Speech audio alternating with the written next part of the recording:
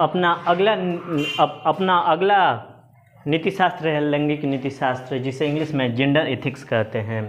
पूरी दुनिया में लैंगिक भेदभाव रहा है प्राचीन काल से लेकर सन 1950 के आसपास तक, आज भी है थोड़ी बहुत, बट 1950 तक मैक्सिमम रूप में, ज़्यादा से ज़्यादा बल्क रूप में पूरी दुनिया में लैंगिक भेदभाव रहा है, यानी कि स्त्री और पुरुष के बीच में भेदभाव किया जाता रहा है। अपने को मॉडर्न करने वाले यूरोपीय देश में भी ये व्यवस्था बनी रही लैंगिक भेदभाव को लेकर, और आगे चल के हम देखेंगे कि 20वीं शताब्दी के दौरान उनको वोट देने का अधिकार दिया गया। इससे पहले केवल पुरुषों को ही वोट देने का अधिकार था।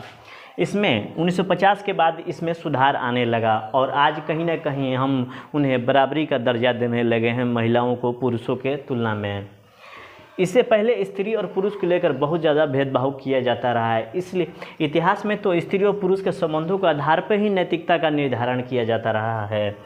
पारंपरिक नीति शास्त्र धर्मशास्त्र में स्त्रियों को द्वैम दर्जा दिया गया है। इनको ना पढ़ाया जाता था, ना ही नौकरी पे भेजा जाता था। बस इनको कहा जाता था कि आपका काम है शादी करना, चूल्हा चौका करना, घर में रहना, बच्चे पैदा करना और उनको संभालना, और आपका जीवन इसी में ख़त्म हो जाता था।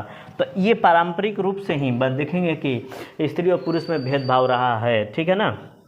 प्रतिबंध के दायरे में रहना ही नीति शास्त्र कहा जाता था कि स्त्रियां प्रतिबंध के दायरे में रहेंगे तो वो उन्हें नैतिक माना जाएगा। जैसे कि उनका रहन सहन और कपड़े का डिसीजन पुरुष लेंगे, और एक रहन सहन के दायरे में यानी प्रतिबंध के दायरे में रहकर वो अपना रहन सहन करेंगी, पढ़े लिखेंगी, ठीक है ना। तो जो प्रतिबंध के दायरे में ही रहकर जो महिलाएं रहती थी उनको नैतिक माना जाता था।